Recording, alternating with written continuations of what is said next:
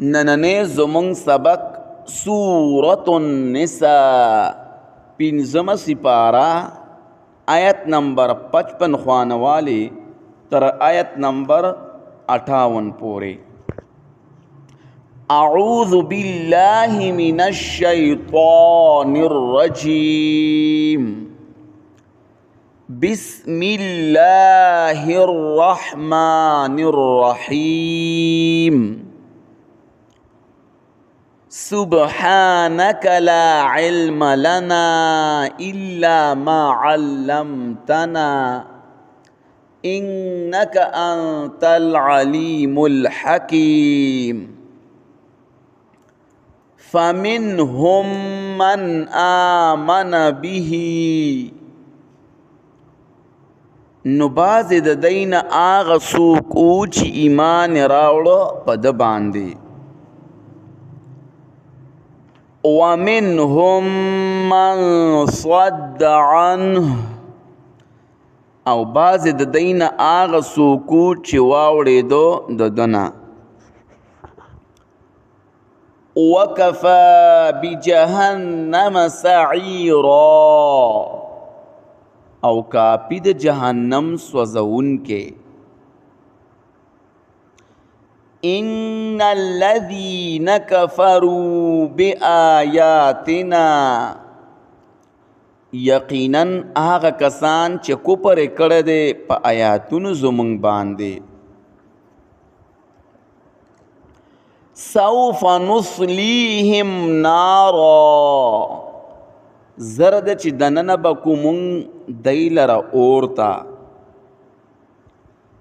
كلما نضجت جلودهم بدلناهم جلودا هر کله چې اوس وځي سرمن د دی پیدا بکومون دی لرا سرمنی غیرها لیذوقوا العذاب بغیر د دې سرمنو نه دې د پاره چې اوسکی دی عذاب دې د پاره چې اوسکی دی عذاب ان الله کان عزیزا حکیما یقینا اللہ دے غالب حکمت والا والذین آمنوا اواغا کسان چی ایمان راوڑے دے وعملوا الصالحات او عمل کئی نیک پا طریقہ دا پیغمبر علیہ السلام سندخلهم زرد چه دنن بکومون دیلرا جنات تجری من تحتها الانهار جنتونو تا چه بهیگی بلانده دا اونو دا اغینا ولی خالدین فیها ابدا ہمیشہ بوی پا اغی کے ہمیشہ لہم فیها ازواج مطہرہ دوی لربا پدے کے بیبیان پاکی وی وَنُدْخِلُهُمْ ظِلًّا ظَلِيلًا او دنن بکومنگ دی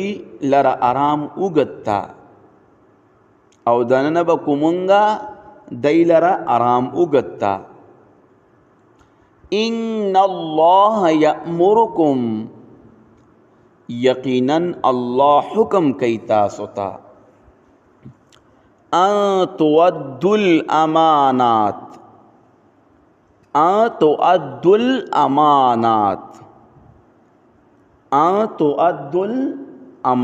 خلق غلطی کئی وی ان تؤدوا نو توا و بنوائے حمزہ وایا ان تؤدوا الامانات دا چې ورکئ تاسو امانتونه